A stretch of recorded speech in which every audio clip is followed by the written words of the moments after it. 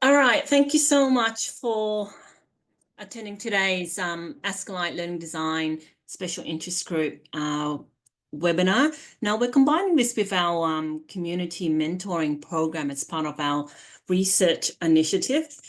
So the topic's on digital professional network and professional identity. You have myself and Kate Mitchell from the University of Melbourne here today to talk about this brilliant topic of interest. Give me 1 second whilst I'm in next. Before we begin, I would like to acknowledge the traditional owners of the land in which we are meeting here today, and also pay respects to our elders past and present and emerging, and extend this respect to all Aboriginal and Torres Strait Islander people joining us here today. And feel free to also acknowledge the place and land in which you're currently situated in our chat area as well. Thank you. All right, just a bit of spiel before we get straight into our session. Our wonderful Ascalite 2025 conference is held later in the year in Adelaide. That's down there. And also another thing that we haven't added to this slide is Ascalite has a separate Springs to Excellence research program as well. It's a fantastic program. Please feel free to think about that. So with my co-leads today, we've got Kashmira Day from UNE, we've got Keith Haggart from UTS, and also Kate as well from the University of Melbourne.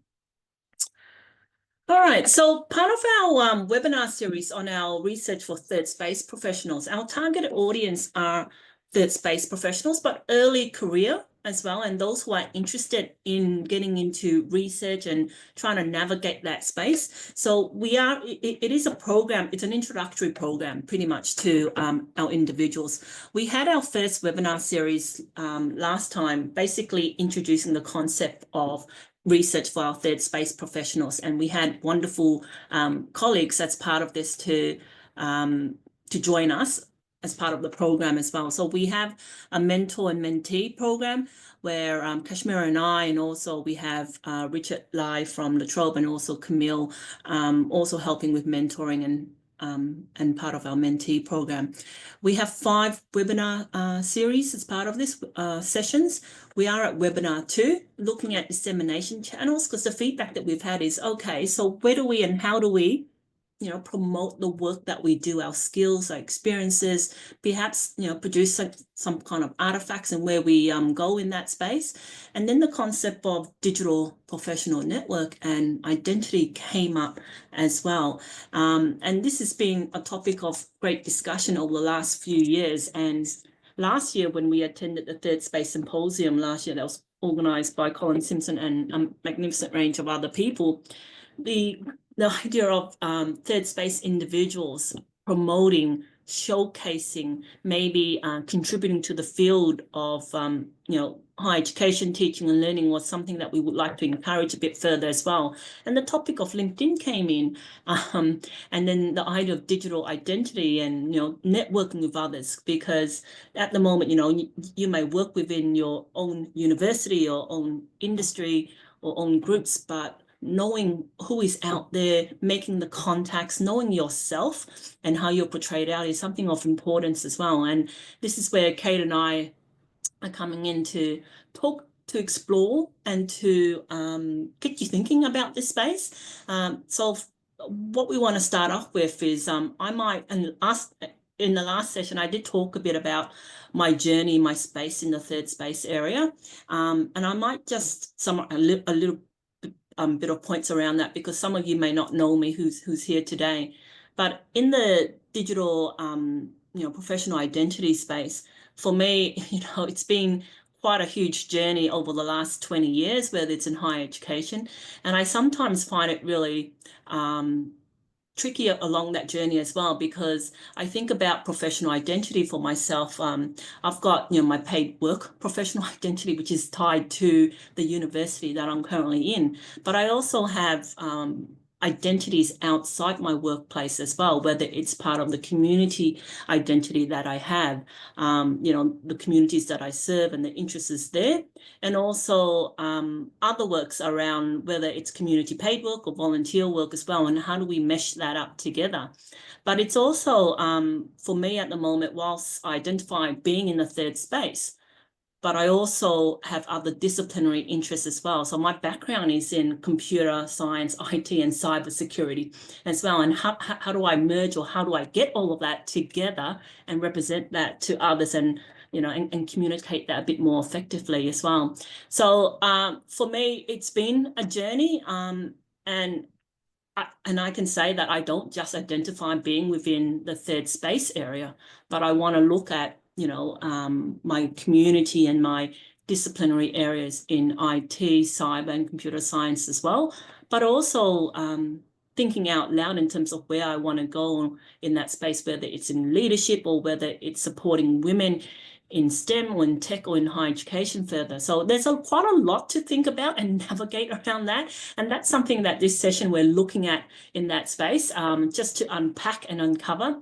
We've got some activities coming up, just some reflective activities, just to get you thinking as well. And we would love to have your input, your active input into this as well, because this is where we would love to have that active engagement. But I want to introduce you to Kate, and also pass it on to Kate as well, to just talk a bit about what her thoughts are around this topic, and just a bit about her journey. Cool. Thanks, Leanne. Sorry, I'm just grabbing links. But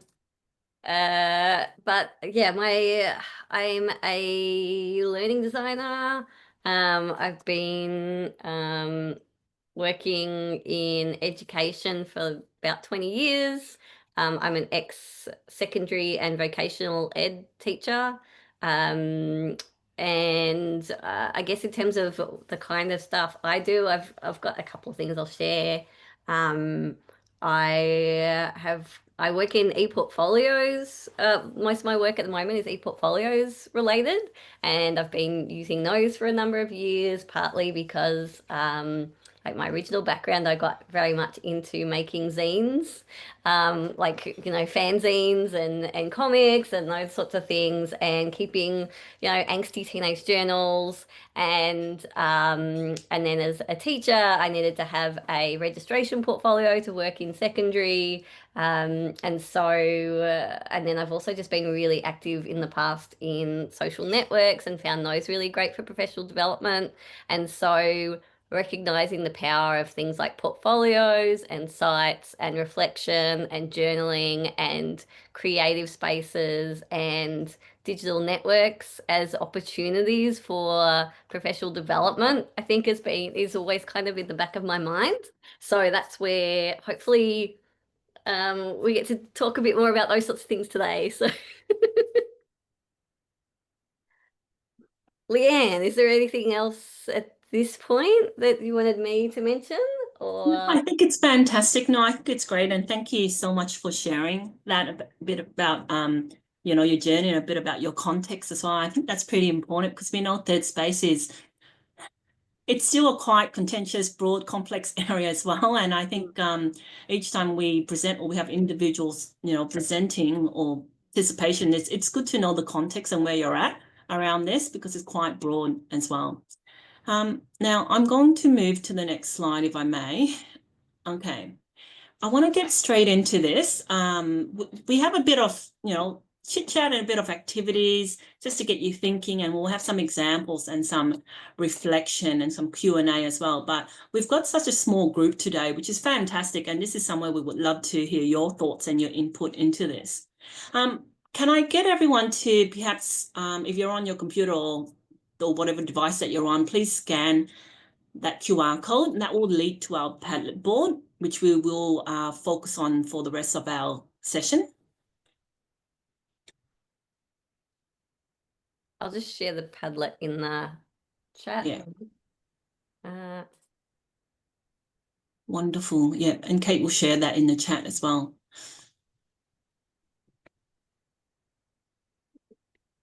Sorry, I've got too many screens open. There we go. Okay. There we go. Yeah, wonderful. And what it should look like, it should look like something like this at the moment. And do please let me know whether it's too small or too big, etc. But you would be able to open it up on your own screen as well. We want to capture this session here as well, and you're more than welcome to come back to this session, come back to the Padlet board and add to it and refer to it and share it further as well. So again, this is, you know, introduction and foundation in terms of professional identities. But what I wanted to start off with is around this Johari window. And this is something that I was introduced to quite, probably 15 years ago around this. And I'll just open it up around 15 years ago. And it was part of a program that I was part in, looking at leadership, about oneself, and about how others portray you, like how they portray you and how they see you. And I thought, this Johari window that was created by Luffin Ingham in 1955, so it's quite an old one. And I've used this quite a lot in my teachings as well with my students when we talk about our identities and digital identities, whether it's in person or not. But this is something that I wanted to just start off just with context around your digital identities and who we are. And some of you may know this, may not, but I think this is a really good start. And this Johari window has 4 quadrants, right? And the first quadrant we're looking at, and it's broken up in 4 quadrants, where the open area, right? The open area is focused on pretty much, what you and others know about you. And it could be, for example, what you make known, and it could be on your socials, it could be the way that you present and how you present yourself, it could be the artifacts that you show to others as well. So you know it, and other people publicly know it as well.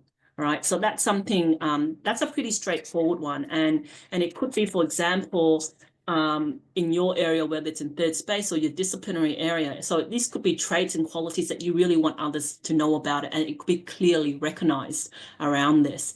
And it could be, for example, you could be an individual that you want others to know, and it could be intrinsic that you're passionate about diversity or accessibility or that part in terms of your learning design, and you really want to make that visible and known to others.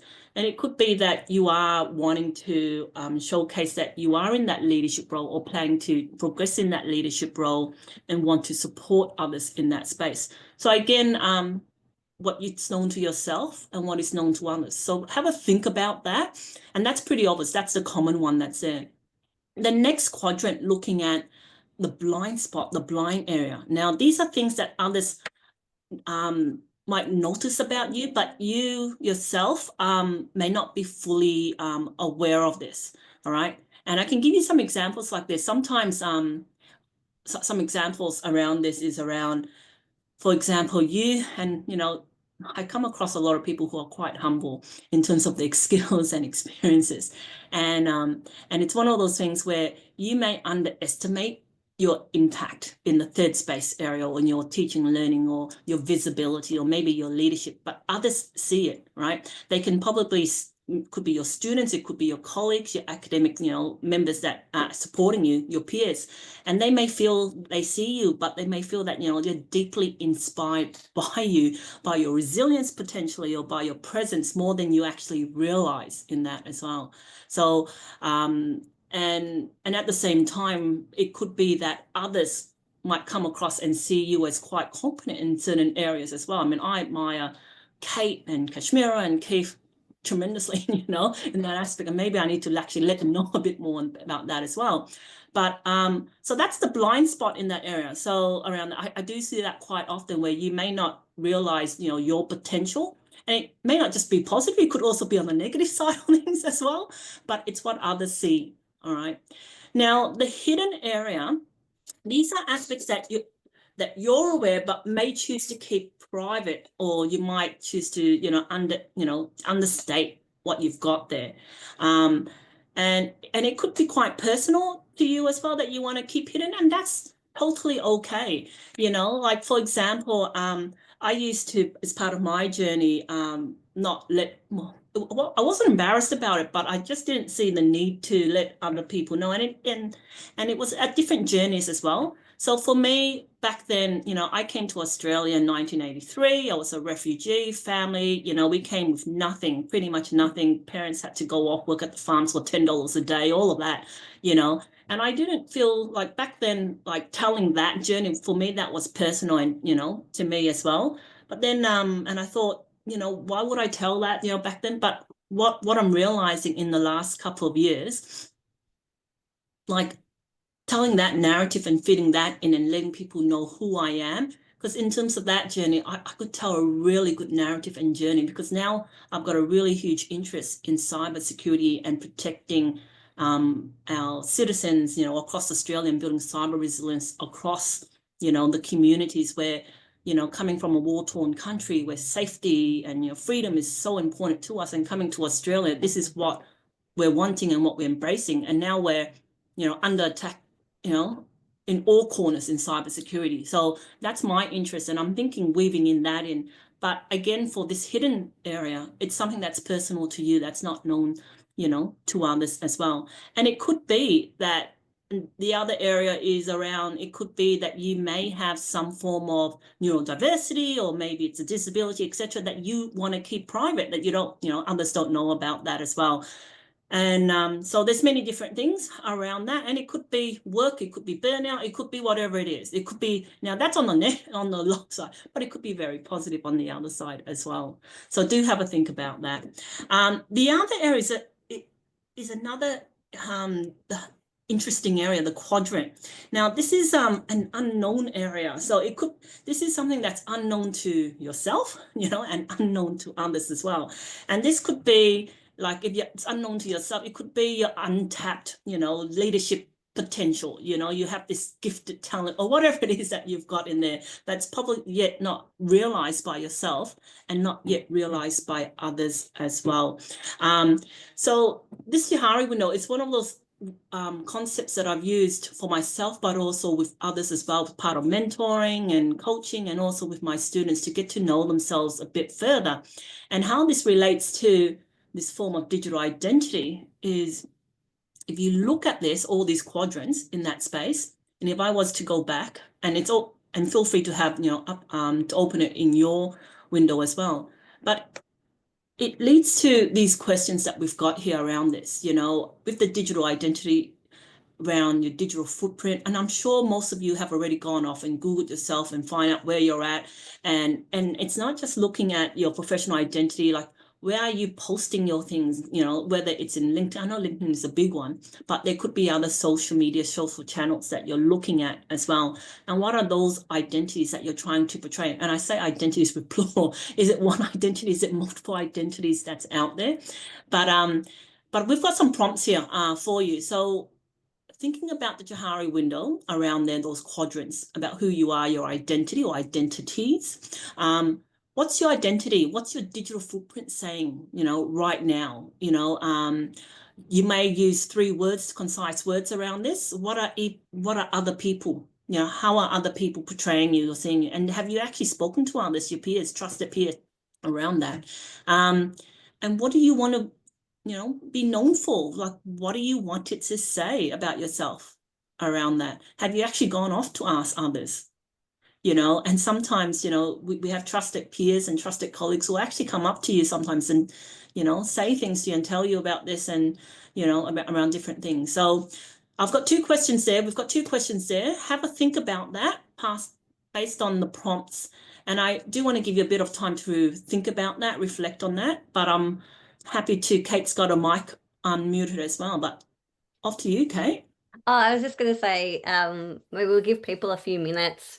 Obviously, you can put something in the Padlet or in the chat if you would like, but as it's something that's personal, if you don't want to share, that's also your choice. So just to note that, those are both options, but it's a good chance to at least spend a few minutes now reflecting.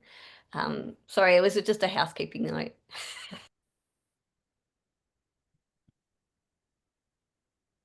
Thanks, Kate. Yeah, so please spend a few minutes, but I'm also happy to have anyone take the mic as well.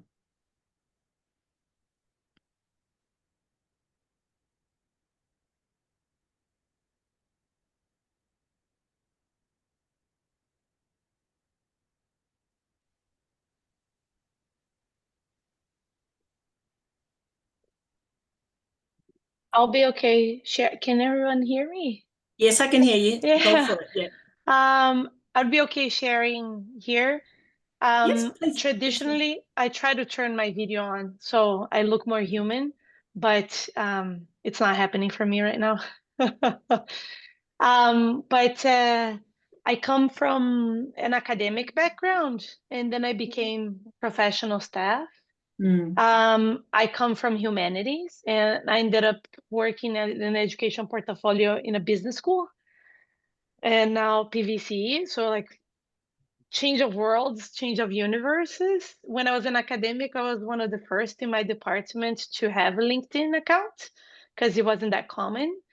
mm, So I kind of like set it aside, and then when I started looking for professional roles, I went in and I was like, I'm gonna hang on to this for dear life because right as the transition 3 years ago, I moved to mm, from the US to Australia and moved from an academic role to possible professional roles here because my academic field is not in demand in this country.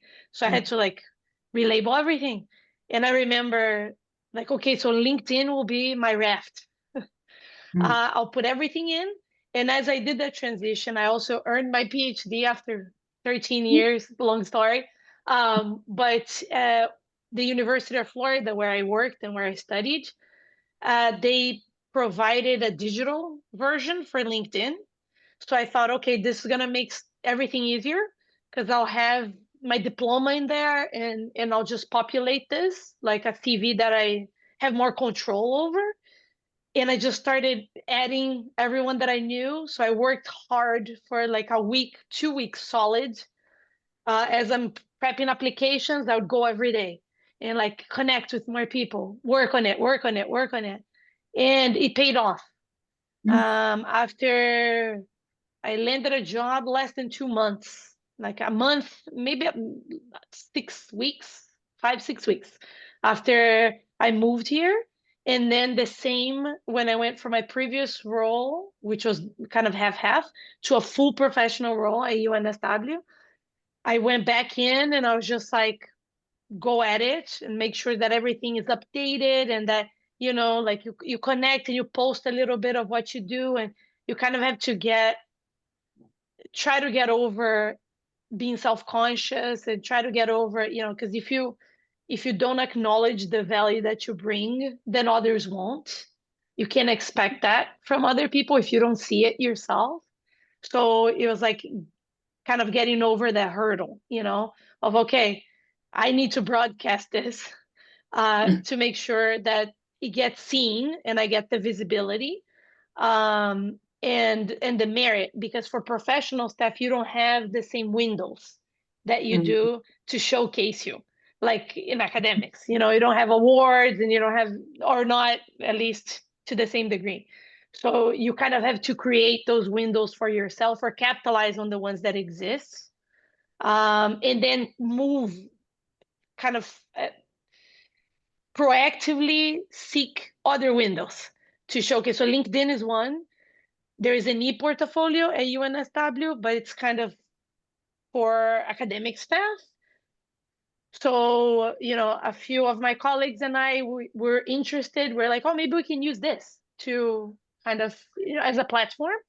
And we're in route to get it open to professional staff and third space professionals so that we will have another digital presence that's directly tied to the university, and you can actually export everything if you decide to leave the institution or if you go to a different school, mm. and use that data. So it's tied to the university, but also you can export. So thinking about all of that. Sorry, I just wanted to contribute, and like a lot came out. But yeah, don't cut yourself some slack and promote yourself and make your windows. If they don't exist, use the windows that exist. And yeah, just don't be shy and don't be self-conscious if you can. That's that was such a great story, Andrea. Hopefully I'm pronouncing your name correctly. Please feel free to correct me. And it also, I think, speaks to a lot of the challenges that several of us as professional staff encounter in academic spaces as well, in that sometimes some of the processes and spaces are closed off for us, and it's a lot of advocacy work. So I recognize that as well in your story. So thank you so much.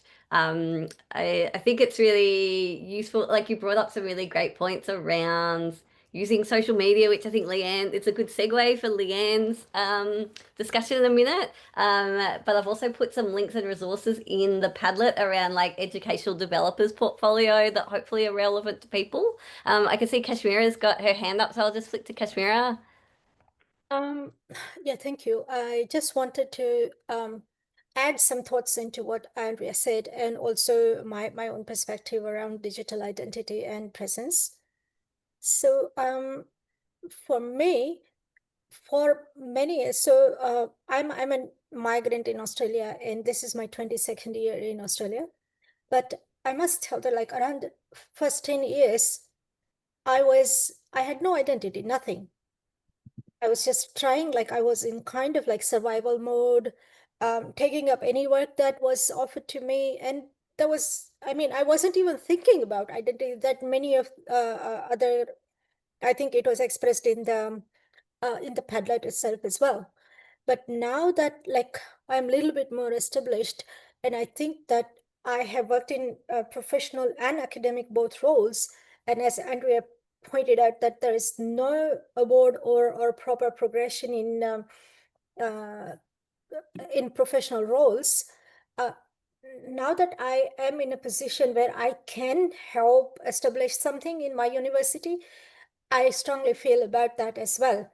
Now, even though that's like really something that I am working for and keen to do it, it is not displayed in any of the social media where my digital presence exists.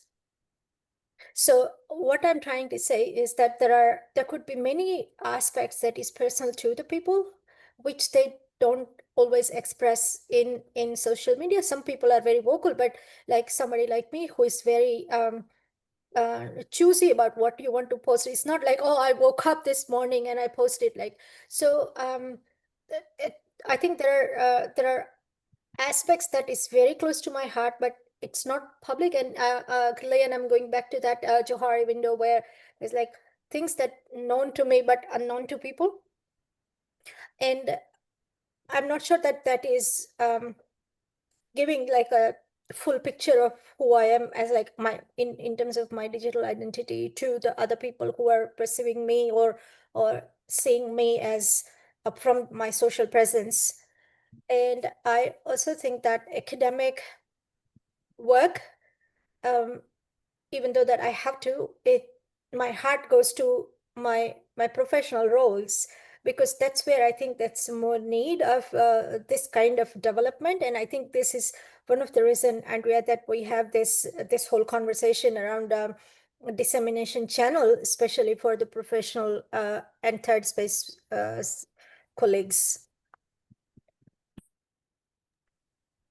Thanks, Kashmira. I'm noticing how many people have these amazing and diverse and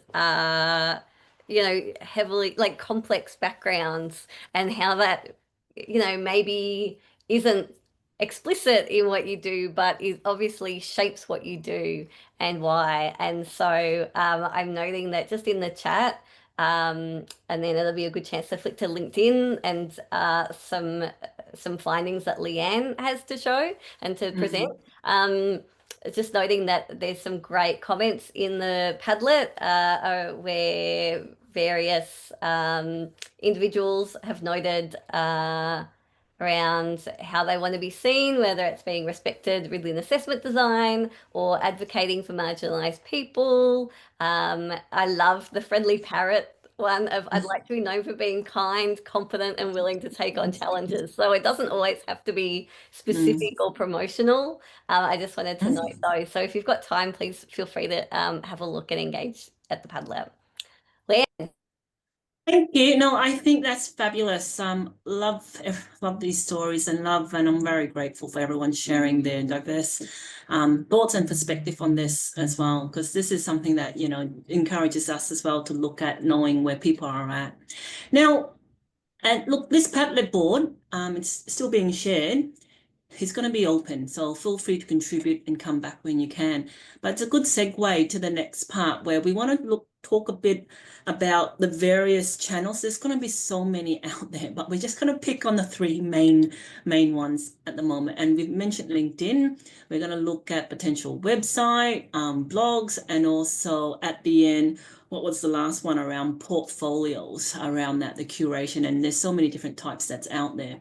And I think, Andre, hopefully I'm pronouncing your name correctly, but I love what you said, and I totally agree with it. You know, third space individuals, it's quite a complex area and it's a merging space, and whether you're professional, academic, merging, going back and forth, or whatever it is. But I think what you said around just paving your own pathway is important around that. But normally sometimes it's tricky to identify what is your identity, how much do you want others to know, and, you know, back and forth around that. But paving your own path was something that I got really out of you as well, which is fantastic.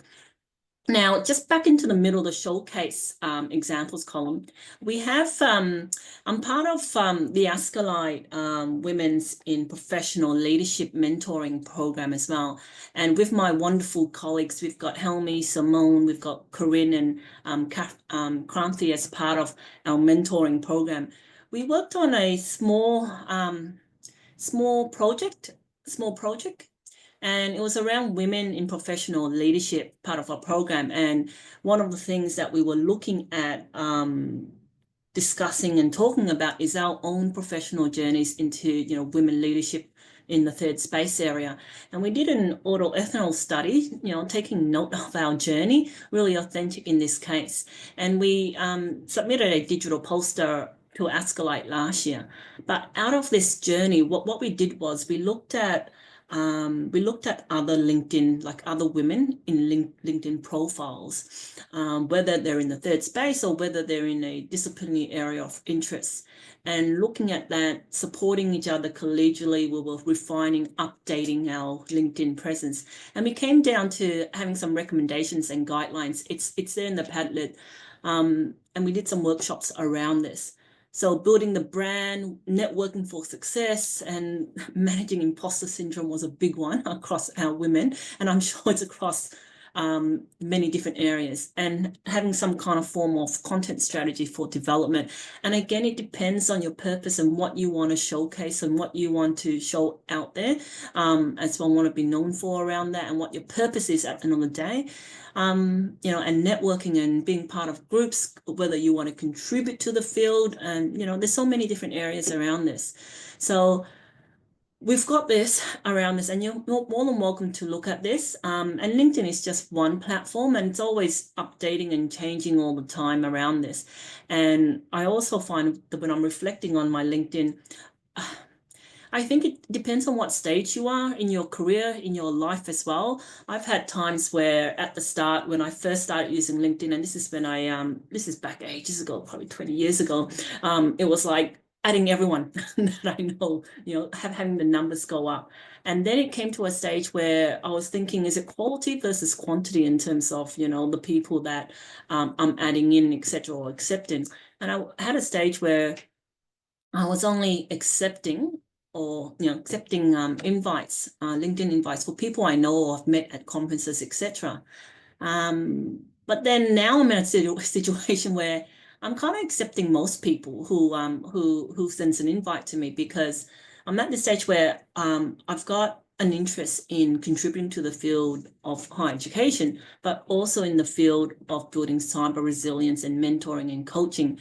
And at times, you know, I am writing articles or I'm making commentary as well that I want to go out and reach to a broad audience. And when I'm reflecting on what is my core interest across all these different fields, it's bringing out the best out of people, you know, mentoring and coaching. And I think it doesn't matter what field, what industry, what sector I'm in, whether it's in higher education, cyber, AI, or community.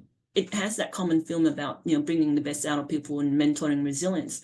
And now I'm in a situation where I'm happy to accept and, I want to broadcast to as many people because I want to help and contribute to the fields as well.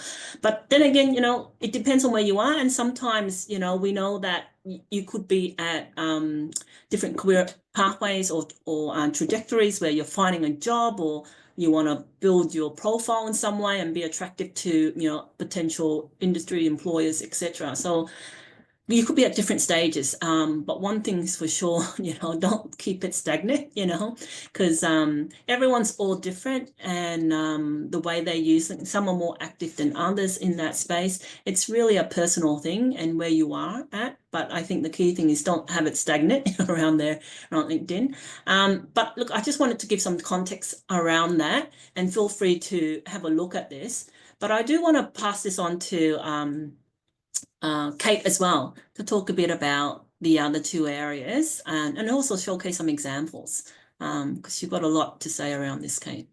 Well, I'll try to keep it brief because I'm conscious it's like nearly 22, but I'll show a few examples. Do you want me to share screen? I might need to send a request. I don't think I've got access at the moment. Oh, wait, hang on. I should be able to do it now. It's okay. Don't stress. I've got it. Okay. So I've put them in the Padlet, so I won't spend too long talking about them because people will be able to look at them further, but I'll just try and give a bit of context about why I've chosen those particular people and the kind of different media and formats they use. Just because I think that then once you've got that, you can go and explore, their profiles and what they're doing further.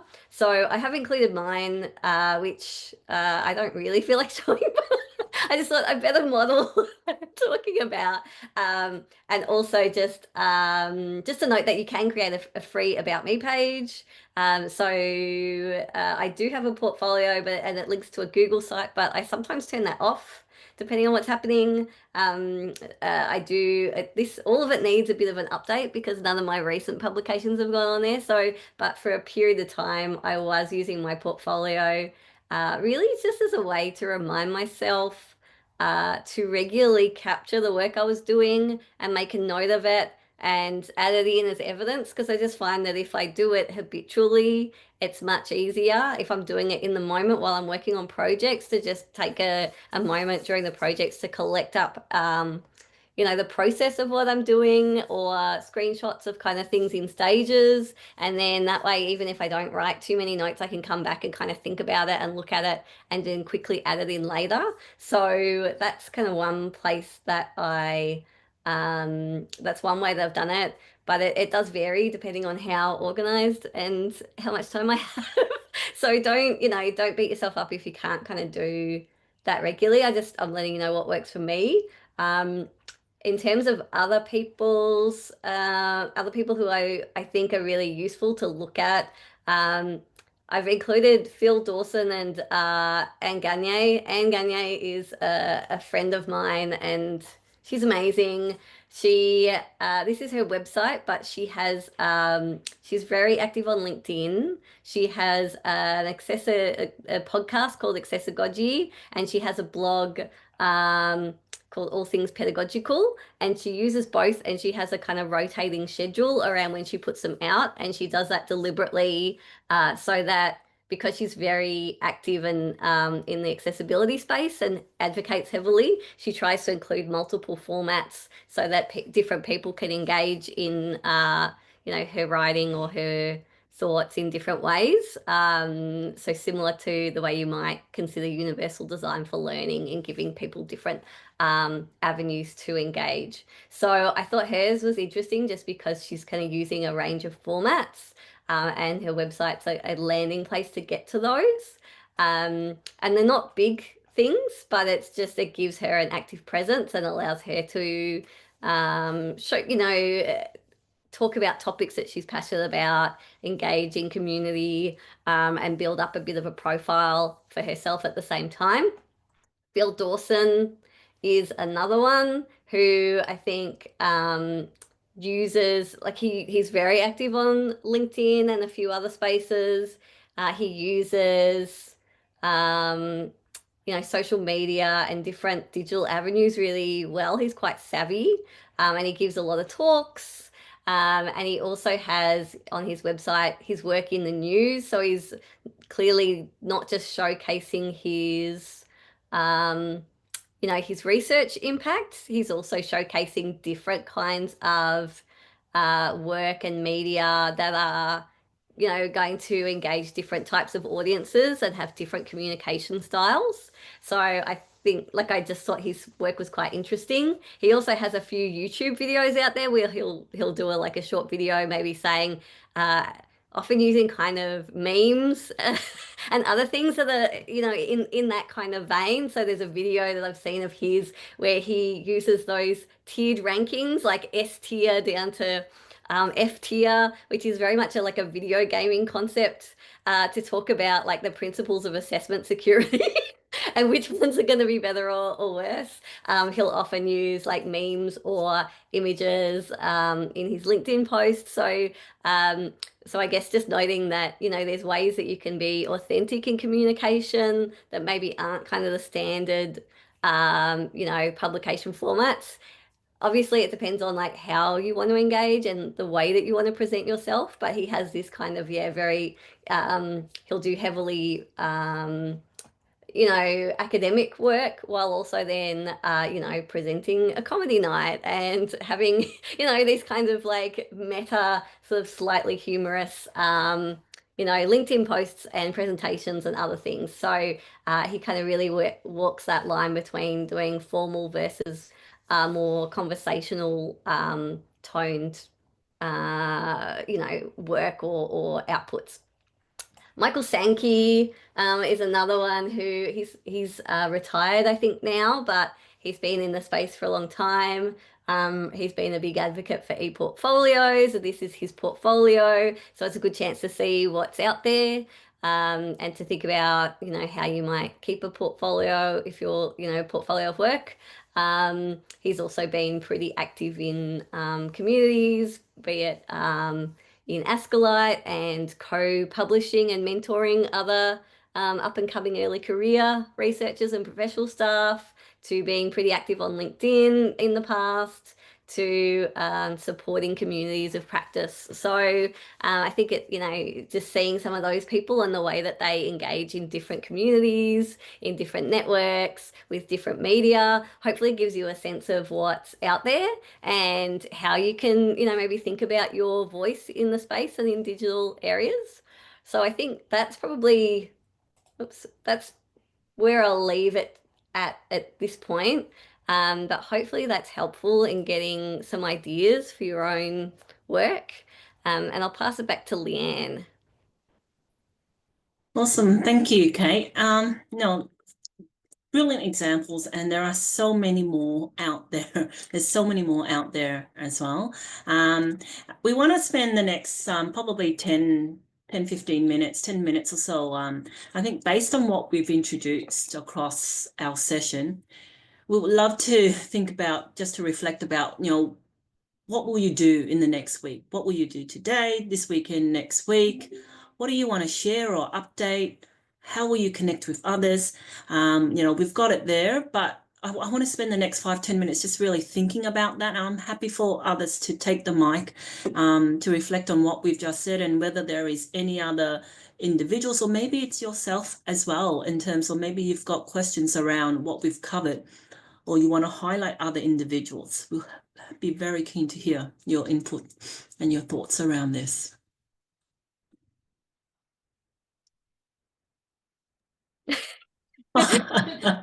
Andrea's she's going to add everyone through LinkedIn. I may have already sent you a connection request. Yeah.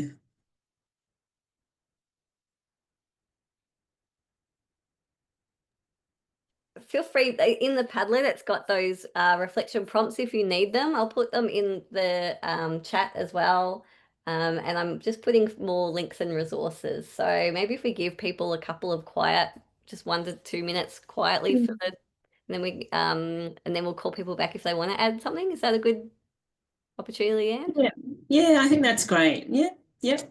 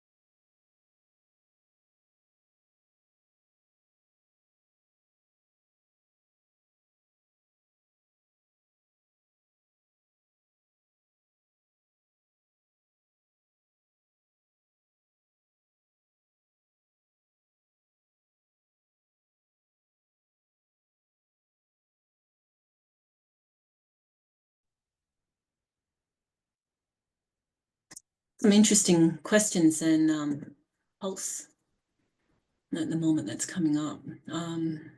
Just looking at the chat area, Kashmira, you asked what is reasonable to post in LinkedIn or social media, and how do we decide? I don't know, Kashmira, are you able to probably unmute your mic and just unpack that a little bit? And I always say it depends on what your purpose is. And yeah, depends. Can you unpack that a bit? Yeah, I mean, like, you know, and this brings some to like a individual mental barrier as well in this. But so for example, when I got promoted, I felt like, okay, yes, that's my like, yeah, it's an achievement, but like it's my personal, and it's not going to benefit any community when they know that I'm promoted or not. So I chose not to post that, but I see most of the people posting, oh, I achieved this and I this, whereas I'm thinking, okay, if I'm sharing with a community where people can benefit from, so I have something, or I spoke somewhere where I want to tell people that, okay, I've spoken about this, and so that they know that this is my area of my interest.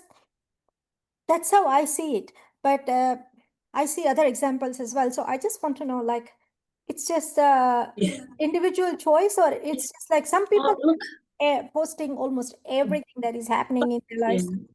And that's okay. Like, yeah, and that's okay. And that's, and that's them and that's you as well. And that's okay. Like for me, I'm in a similar, I have different phases in my career, my professional community life as well. It's really up to you, and it's okay. It's, what you're comfortable with as well. I've just recently changed roles. I haven't posted it out on LinkedIn as well, but it depends on what it's up to you. You shouldn't feel uncomfortable, around this. And I think there was a post in the Padlet board about neglecting LinkedIn and getting back to LinkedIn and what to post, etc. And part of our work with our women in professional leadership work with my colleagues, when we looked at LinkedIn, we've had individuals within our mentoring team who, again, who had LinkedIn profiles but wasn't quite active in that. But how do we go about doing this? We don't want to, and there were some concerns around, and I talked to others with students and other peers as well at the same time.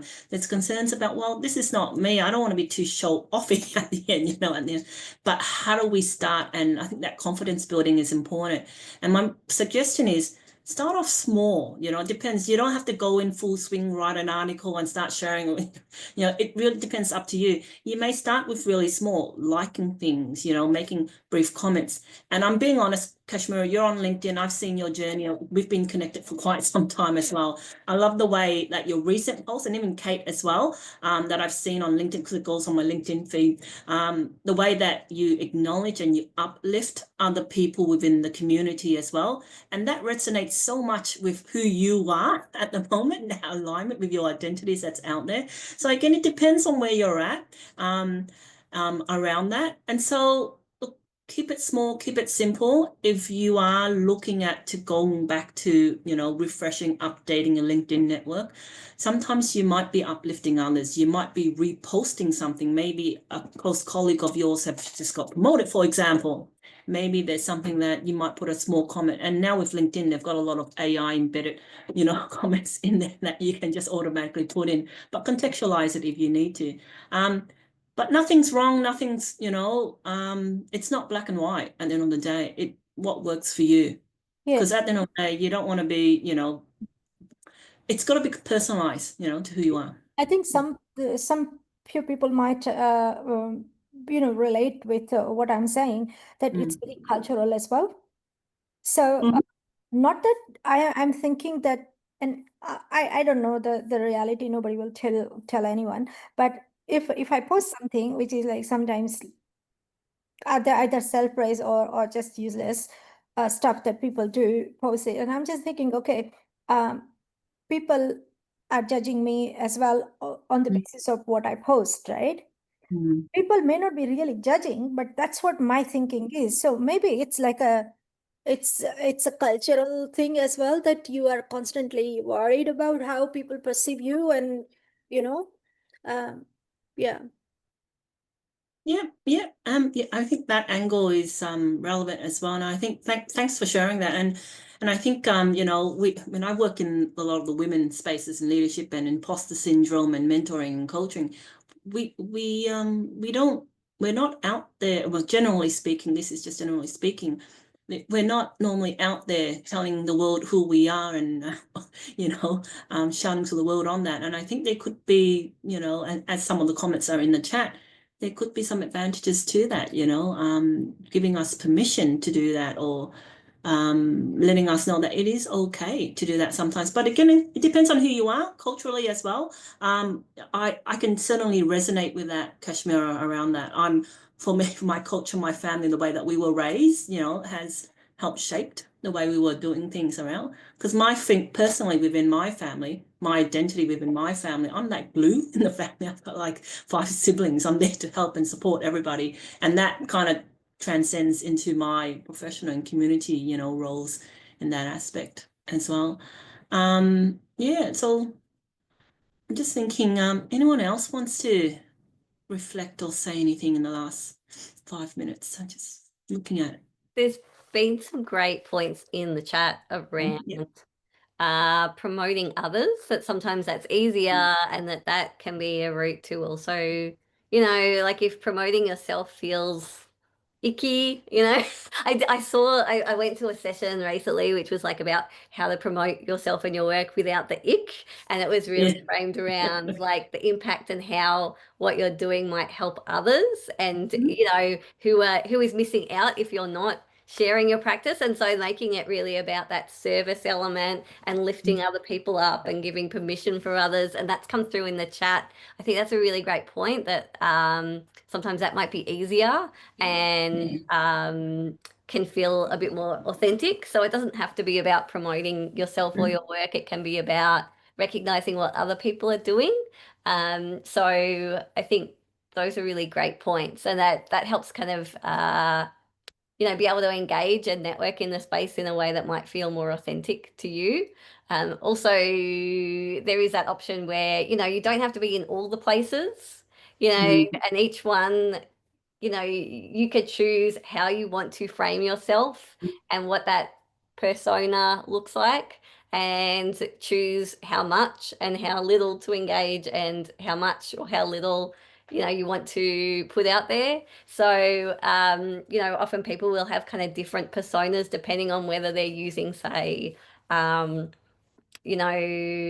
Blue Sky, or versus say LinkedIn, versus say research publications, versus say conferences, versus say something else. And so and you don't have to be across all of those either. So just choose what helps you, even if it's just your website and putting look at an email signature, or being in communities where you can share what you're passionate about in a way that maybe doesn't feel like that. Yeah, promotion. my question was more about, like, is it that my digital identity is what I want to project myself as, or who really I am? You know what I mean? And that's a really good question that that has been, in my mind for the last 20 years since using LinkedIn as well. I'll be honest with that, and as I said earlier, when I introduced my context and my background, at the moment on LinkedIn, you will see my work in cybersecurity and in the third space, and a little bit on my community, because I'm quite humble with my community work, because I believe, it's one of those things, you support, you service, voluntarily. I'm not a big, I don't like to showcase that too much, because that's something that I'm very happy and very satisfied with as well. I've got Facebook as well. That's completely private. For those of you who are not close to me, I'm happy to say this, but those of you who are not, I love recreational fishing and boating. All right, I love that. And I don't just go out there and fish and etc. But I do I'm very big advocate for empowering women to get into that, and I'm on boards on etc. on that as well, but that's kind of separate. But I think just back to your question, it's a question that I've been toying with for quite some time, and you may be at different phases, in your life, and you may be one or the other, or you may merge it. But I see, Keith, you've got your camera on, so I'm assuming that, I don't know whether you want to, I'm not putting you on the spot, but maybe that's something that you might want to have a bit of reflection or have some insights around that, Keith. No, I just wanted to hear more about the fishing, Leanne. No, I mean, I've been lurking, which is a genuine form of online participation. Thank you very much. I've been lurking in the background listening to this wonderful discussion, and I don't have anything to add beyond thank you for sharing so honestly and so generously. And isn't it wonderful that there are people like you, all of you, to organise these kinds of things where people get the chance to have those conversations. So that's all I wanted to say, and I didn't really want to say it. You called on me. Yeah. No, it's good. No, thank you for that, Keith. Yeah, so it's quite diverse, different stages in your career, and I will echo that, Keith, and thank you for sharing that. It's the participation has been wonderful, the engagement, and there's just so many responses and pulses. And I'm just looking at the chat area. Can we secure that somewhere somehow around that? It's so beautiful around that. But the Padlet is there. I'm just looking at the time. We only have a minute to go. I would like to thank everybody. So Kate, thank you so much for co-facilitating these sessions, and Kashmir and Keith as well for being here today, and everyone here as well. Please feel free to continue the conversation on the Padlet. Feel free to reach out to us as well. Our next session is coming up. All right. I'll have to go back to look at the date and time, but we'll share that around, and I can probably tell you, because I've got the slides in front of me. On the Padlet as well. Oh, beautiful. Okay, so the next session is on the 8th of August, 12 p.m, and it's on dissemination channels, on conferences, forums, symposium, events around that space. And that will be presented by Keith and Kashmira on that time. So that's our next one. But for now, thank you so much for joining. We really do appreciate everything that you've contributed to today. Thank you. And just to add that the recording of this webinar will be available from AskElite YouTube channel in next 2 hours. Beautiful. Thank you. Wonderful. Thank you.